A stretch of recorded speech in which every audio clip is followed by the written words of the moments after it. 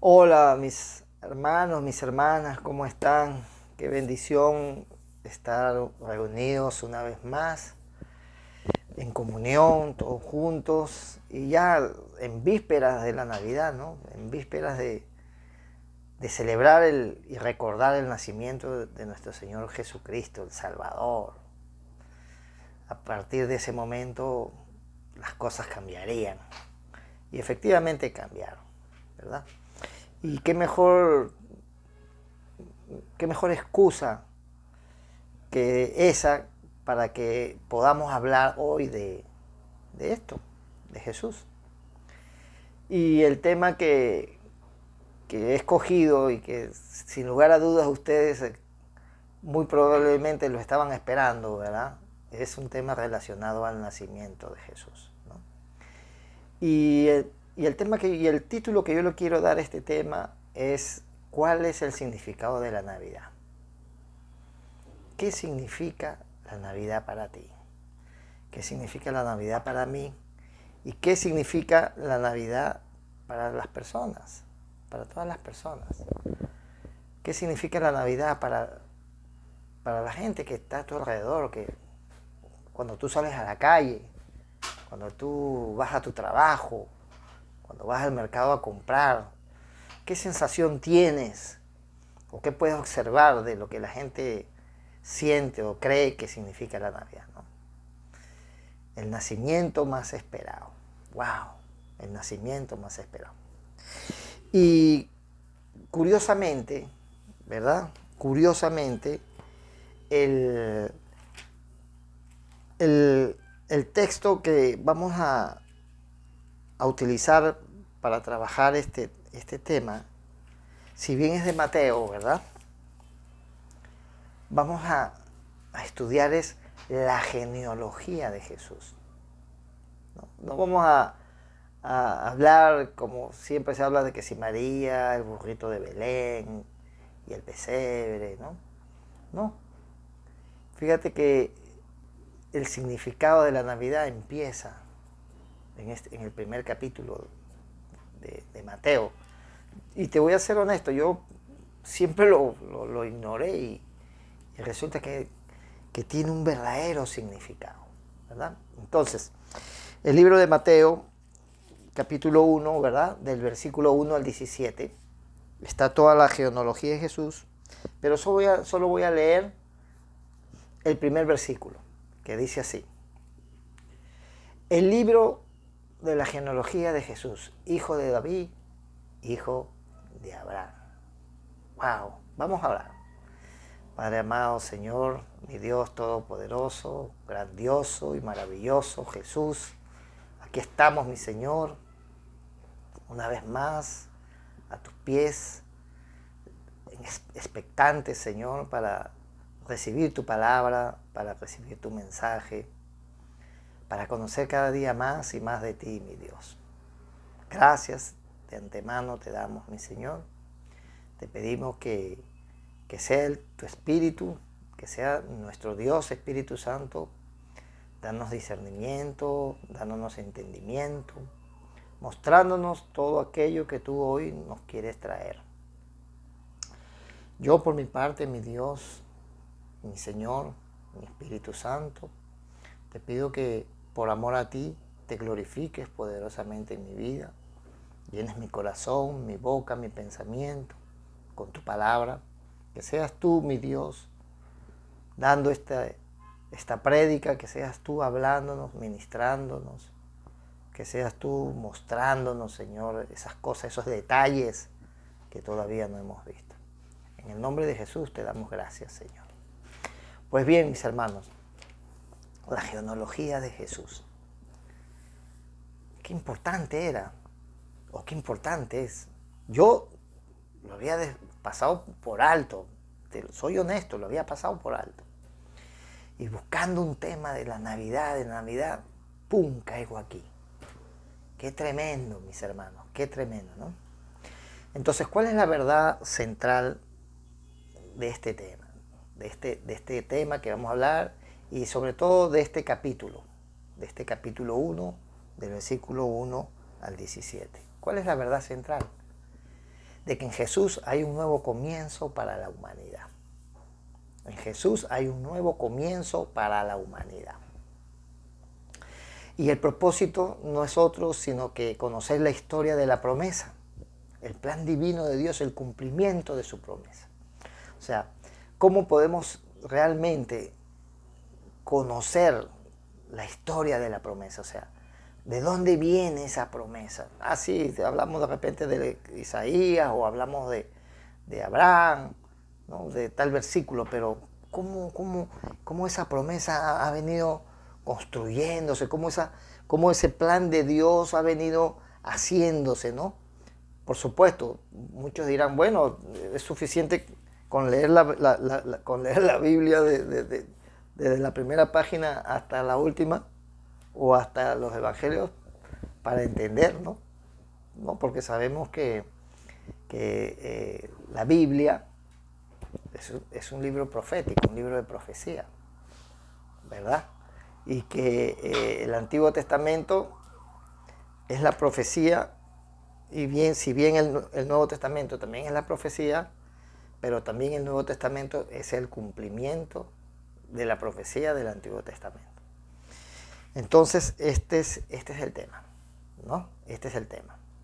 Pero queremos empezar por hablar de hoy, ¿verdad? ¿Y qué pasa hoy?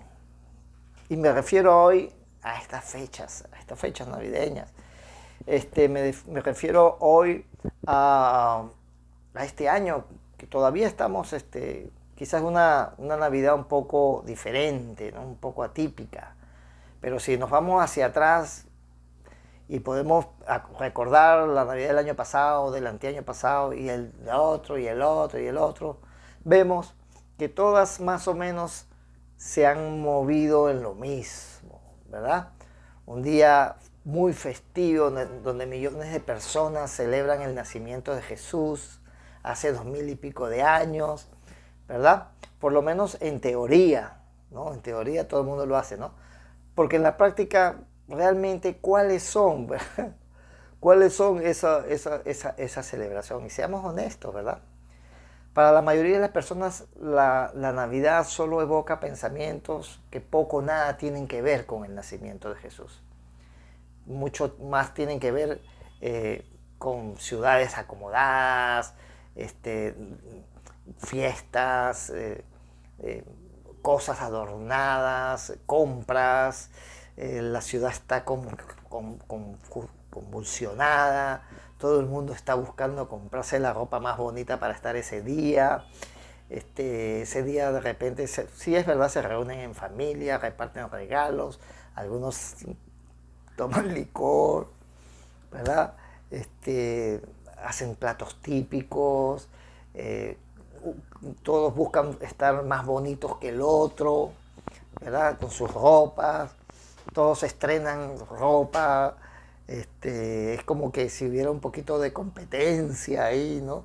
Los juguetes, los regalos, todo el mundo se desespera por darle regalos a los hijos, se endeudan y gastan un montón de plata. La gente a veces gasta hasta lo que no tiene, ¿verdad? Los centros comerciales abren grandes campañas. Ahorita, bueno, lamentablemente como dije, es atípico, pero tengo la plena seguridad que si esto no hubiera pasado, esto estuviera a reventar, ¿verdad?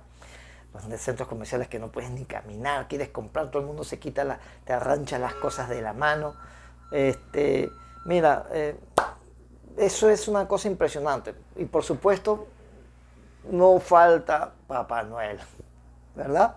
Animando las compras y recibiendo la lista de peticiones. Vas a los centros comerciales y ves un gordo ahí sentado ahí, de rojo, y todos los niños, ¡ay, Papá Noel, ¿verdad? Y Papá Noel comprometiendo a los padres, porque los hijos ahí empiezan, yo quiero una bicicleta, y el padre escuchando, una bicicleta. Una bicicleta, ¿ahora qué hago? Y bueno, y así pues, ¿no? En Perú y en otros países empiezan esos programas navideños de la televisión, las loterías y todas esas cosas, y salen los artistas cantando, haciendo cosas por Navidad, gente que ni le importa nada, ¿no? Tus compañeros de trabajo felicitándote, dándote tarjetas navideñas, en todo el año nunca te hablan, te odian, te quieren hasta medio matar, ¿verdad? Pero en Navidad, pues, en Navidad, ambiente navideño, el espíritu navideño, ¿verdad? El espíritu navideño, ¿no? Recibimos montones de tarjetas de Navidad, de felicitaciones, de aquí que allá. Antes era horrible eso. Ahorita no, ahora te mandan memes, pero un montón de memes, ¿verdad? Entonces, simplemente la tecnología ha sustituido una cosa por otra, ¿verdad? Tú ves los Reyes Magos en luces, en esto, que el otro, arbolitos de todos los tipos, una competencia increíble. Hoy la moda del árbol es de color rojo, mañana es la de color verde, la otra, total que bueno, pues es un, con el perdón de nuestros amigos comerciantes, es un tiempo de negocio, es un tiempo comercial, nada más. Nada más, es un tiempo comercial, un tiempo donde la gente se desahoga, ¿verdad? A gastar hasta lo que no tiene, ¿verdad? Y lamentablemente muchas veces lo que mueve a eso es justamente lo que les comenté, ¿no? Ahora bien, la pregunta es, ¿verdad? Si con todo ese mover, todo lo que nosotros vemos en la calle, todo lo que ocurre durante esos días, ¿no? Nada más con ver la televisión y ver los problemas que hay de seguridad, te das cuenta que ese verdadero sentir de lo que es la Navidad no está presente, ¿verdad? Entonces la pregunta sería por parte de nosotros, ¿realmente se hace todo esto en honor a Cristo? Todo eso que hemos hablado se está haciendo en honor a Cristo. Y si por casualidad se está haciendo en honor a Cristo, esa es la manera correcta, ¿verdad? Entonces, ese es algo que nosotros debemos tratar de reflexionar, ¿verdad? ¿Por qué? No, plaga. ¿Por qué digo esto, no? Porque realmente lo que pareciera, la imagen que damos como seres humanos, es que nosotros estamos dando culto al materialismo. Aunque se habla de un espíritu navideño, el espíritu de la Navidad y esto y que el otro, ¿verdad? Que busca solidarizarse con los más necesitados, ¿verdad? En realidad lo que estás buscando es diversión, gastos, regalos, comida, bebida. Eso es. Y no nos engañemos. No nos engañemos porque eso es lo que vemos, pues, ¿no? Y son muchos los que le da lo mismo, lo que se celebra. También hay otros así, que un día más, la Navidad es... Y cuando uno llega ya adulto también ya como que la cosa se pone así. Un día normal. Ese los muchachos que celebran. Para mí me da lo mismo la Navidad, la Semana Santa, las fiestas paganas, el carnaval, Halloween, es lo mismo. Yo me acuesto temprano, ahí a las 12 me voy a dormir. O voy a esperar que lancen todos esos cohetes al cielo y después me voy a dormir. Total que pasa así, pasa así. Y en medio de todo esto que te estoy narrando, el gran ignorado es nuestro Señor y Salvador Jesucristo. De hecho, no hay duda de si que algún personaje central se toma en cuenta en todas las Navidades, no es a Jesucristo. ¿Sabes a quién? A Santa Claus. ¿Qué te parece? Santa Claus. Papá Noel. Ahí está. Solo basta con eso para decir, ¿no? Pero bien, es verdad que algunos hablan, ¿verdad?, de conservar ciertas tradiciones navideñas, pero piensan que cosas no guardan relación con la Biblia. O sea, mantienen tradiciones, pero vemos nosotros si guardan relación con la Biblia. Realmente la Biblia enseña esas cosas como no sé si en la Biblia aparece en algún lugar, ahí yo la he leído varias veces, pero no he encontrado un árbol de Navidad con adornos especiales, con regalos, con comidas, bebidas, dulces típicos, calcetines colgados en chimenea, pastones, caramelos, tarjetas navideñas, Papá Noel, en fin. No sé si eso guarda si tiene una relación bíblica, y no quiero pretender de que la Navidad tiene que ser todo el mundo, ¿no? Y que toda la casa toda pelada, no, ¿verdad? Sino cuál es el sentido que hay en tu corazón. ¿Qué es lo que tu corazón siente con respecto a ese tiempo? ¿Cuál es tu mover espiritual en ese tiempo? ¿Verdad? ¿Cómo estás dejando que Dios obre en tu vida en esos días? Y no necesariamente en esos días, debería ser en todos los días, ¿no? El amor de Dios, ese gozo, esa gratitud, ¿verdad? De saber de que próximamente vas a poder rememorar, celebrar la venida de nuestro Salvador. Poder celebrar de que somos una nueva creación, una nueva criatura. Poder celebrar que gracias a ese momento fue cuando las cosas cambiaron para mí. Que gracias a ese momento, a ese nacimiento, para mí vino una esperanza de vida, la cual ahora estoy viviendo, ¿verdad? La cual ahora estoy caminando, ¿no?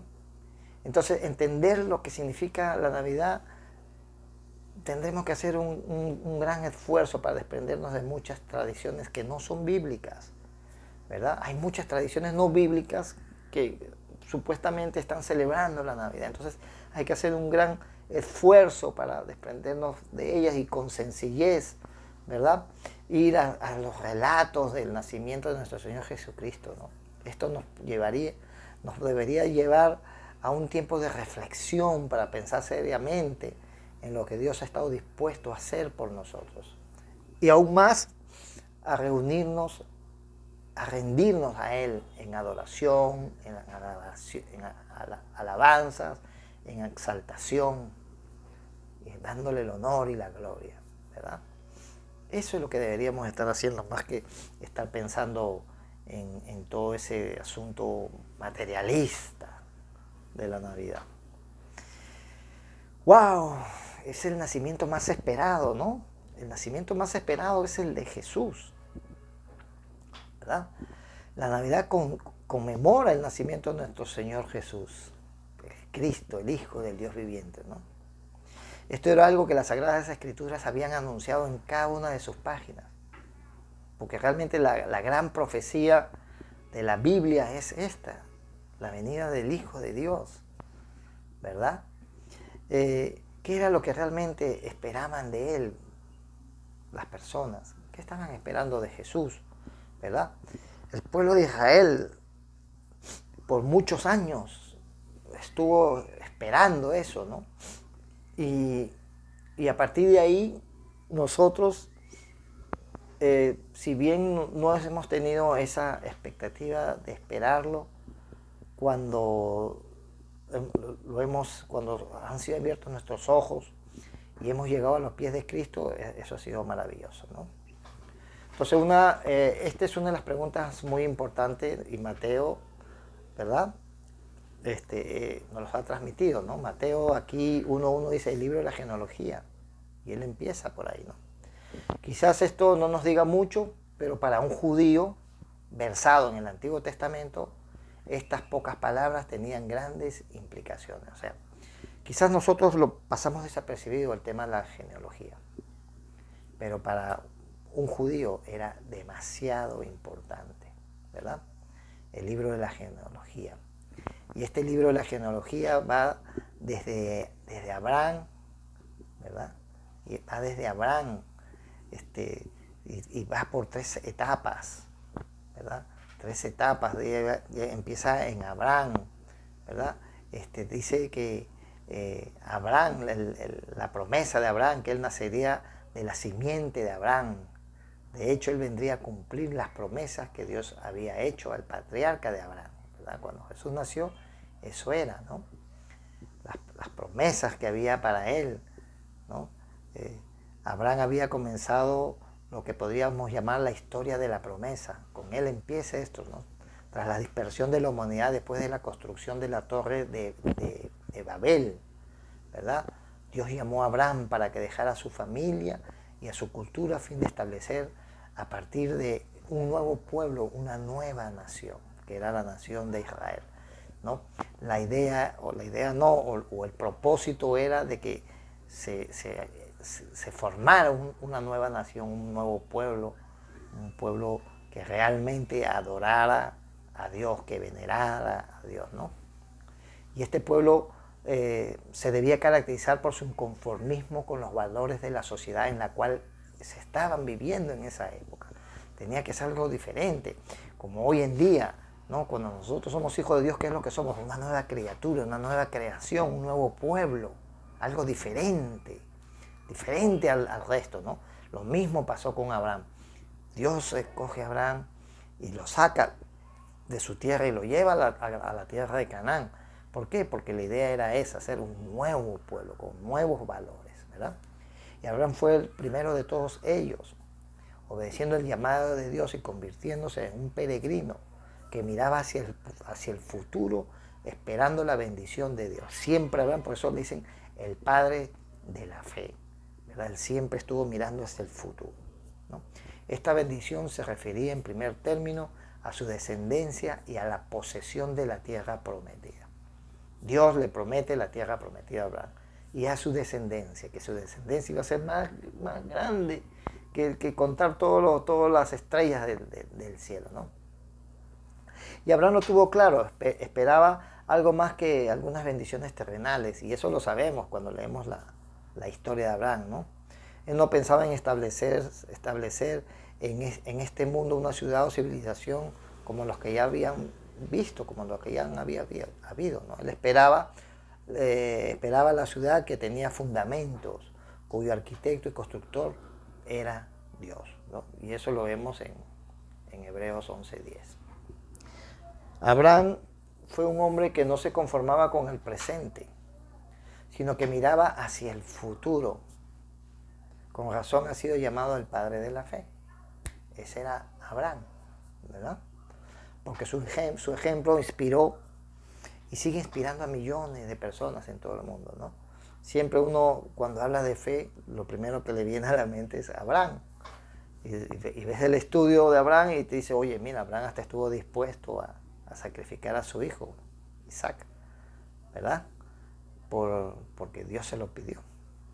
Pero no solo eso, Dios le hizo una promesa que traspasaría todos los límites de lo temporal. Imagínate, Dios le hizo una promesa que traspasaría todos los límites de lo temporal, de lo terrenal o de lo racial. Dios le dijo, en tu simiente. En tu simiente. Le está hablando en singular. Ojo ahí. En tu simiente serán benditas todas las naciones de la tierra. Génesis 22:18. En tu simiente. No en tus simientes, no en tus pueblos, no en tu toda descendencia, sino en tu simiente. Uno solo. ¿Verdad? Ahora bien, aquí había un problema serio, porque Sara, su mujer, era estéril y no podía tener hijos. Además, el tiempo había pasado y se hicieron viejos. Estaba, como dicen, se había secado, ¿verdad? Ella ya no podía tener hijos. Se hicieron viejos al punto que había cesado Sara y habían ellos cesado la costumbre de mujeres, como dicen, ¿no? Entonces, en ese momento ambos empezaron a ponerse nerviosos e idearon un plan. Y Sara le dio a Abraham a su sierva Agar. Y la sierva Agar tuvo al hijo llamado Ismael, ¿no? Entonces, es como que en esa época, es como decir ahora un vientre de alquiler. ¿no? Abraham tuvo un hijo de un vientre de alquiler. Pero Abraham tenía que aprender una lección. Y él tuvo que aprender una lección, así como Sara. Tuvieron que aprender una lección. Si Dios había permitido la esterilidad de su mujer y que la llevase a ser vieja, es porque quería dejar claro, muy claro, más allá de toda duda, que el nacimiento del hijo de la promesa sería una obra divina, no humana. Imagínate, fíjate cómo nace Isaac, ¿verdad? Isaac nace por un milagro sobrenatural, no como el de Jesús. No lo vamos a comparar, incomparable, un trecho muy largo para comparar. Pero también hay un poder sobrenatural ahí, ¿no? Entonces, fíjate cómo desde el principio, cómo Dios empieza a manifestarse sobrenaturalmente, ¿verdad? Llevando a cabo su plan. Finalmente Dios intervino y contra todo pronóstico, Sara tuvo a Isaac de vieja, ambos viejos. Por supuesto habíamos dicho que antes Abraham había tenido a Ismael de Agar, y después que murió Sara, tuvo otra mujer que se llamaba Setura, y con ella tuvo 6 hijos más, ¿no? Lo podemos ver en Génesis 25. Pero la bendición de Dios solo vendría por medio del hijo de la promesa, es decir, por la línea genealógica de Isaac, aunque en realidad no sería exactamente por Isaac, sino por un descendiente de él. El hijo de la promesa en realidad era por un descendiente de él, de Isaac, ¿verdad? Este descendiente sería el Cristo. ¡Wow! El Hijo del Dios viviente, el Señor Todopoderoso, oh, Shataramaha, nuestro Señor Jesucristo, ¿no? Tal como claramente explicó el apóstol Pablo. Gálatas 3:16, te lo voy a leer corto. Ahora bien, a Abraham fueron hechas las promesas y a su simiente. No dice a las simientes como si hablase de muchos, sino como de uno, a tu simiente, la cual es Cristo. Entonces ahí vemos que había un error entonces con los judíos, ¿no? Que decían, no, yo soy del linaje de Abraham, descendiente de Abraham. Pero la promesa no era para ellos, era para uno, era para Jesús. Así pues, ¿verdad? Después de aquel momento los judíos habían estado esperando al descendiente de Abraham, Isaac, en el que sería efectiva la bendición de Dios para todas las naciones. Mira cómo vamos deshilachando esto, ¿no? De una manera ordenada. En cuanto a esta promesa, ¿verdad?, de bendición universal para todas las naciones, es importante subrayar que abarca muchísimo más que las limitadas promesas de Abraham recibió de una descendencia terrenal o la posesión de cierto territorio. O sea, esa promesa va mucho más allá, ¿no? Yo creo que ni Abraham se lo imaginó. O sea, no tenía... Él a lo mejor lo vio con ojos humanos y él no pienso que no tuvo la visión como para ver realmente la promesa, el alcance de esa promesa, el alcance del cumplimiento de esa promesa, ¿no? Entonces es interesante leer con atención Gálatas 3, donde Pablo desarrolla este tema, ¿no?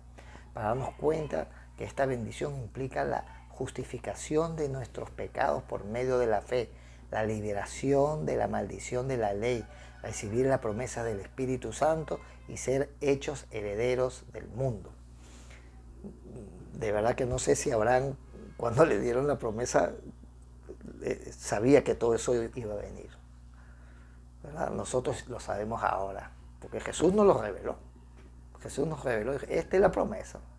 Y Pablo nos la puso en bandeja de plata, ¿verdad? Entonces, que en la simiente de Abraham habría bendición para todas las naciones, se cumplió en Cristo. No hay duda, ¿no? Entonces, notemos que al despedirse de este mundo, mandó a sus discípulos a predicar las buenas noticias de la cruz y la resurrección a todas las naciones. Estamos hablando aquí de Jesús, ¿no? El rey esperado, el hijo de David. Perdón. Entonces, como vemos, ¿verdad? Un poco más adelante, como veremos más adelante, toda la escritura, toda la estructura de la genealogía que presenta Mateo, ¿verdad? Este capítulo 1, ¿no? Toda la genealogía, toda esta estructura que está aquí, que son tres porciones de 14, ¿verdad? Viene determinada por la figura del rey David, ¿verdad? Es como la parte central, ¿no? Y esto era lógico, de que se centrara un poco en el rey David, puesto que, como antes de Abraham, a David también Dios le había hecho una promesa, ¿verdad? Si bien Abraham es el padre de la fe, ¿no? Dios le dio la promesa de la simiente, a David también le dio la promesa, ¿no? Dios le había hecho una promesa que nunca hizo a nadie alguno. ¿Y cuál era estas promesas?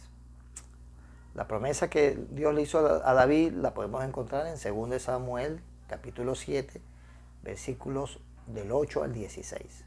Pero no te los voy a leer por el tiempo, solamente te voy a leer el versículo 12 y parte hasta la parte A del versículo 14. Dice así: y cuando tus días sean cumplidos y duermas con tus padres, yo levantaré después de ti a uno de tu linaje, el cual procederá de tus entrañas y afirmará su reino. Él edificará casa a mi nombre y yo afirmaré para siempre el trono de su reino. Yo le seré a él padre y él me será a mí hijo. Y sigue la promesa, ¿no? Es larga, pero quería resumirla ahí, ¿no? Entonces, esto se trata de una promesa muy importante y por eso se repite varias veces en otras partes de las Escrituras. Fíjate que esta promesa es tan importante que en Salmo 89 aparece, en 1 Corintios 17, del 1 al 27 aparece, ¿no? Entonces, como vemos, Dios se comprometió a levantar a David un descendiente y a firmar su trono para toda la eternidad.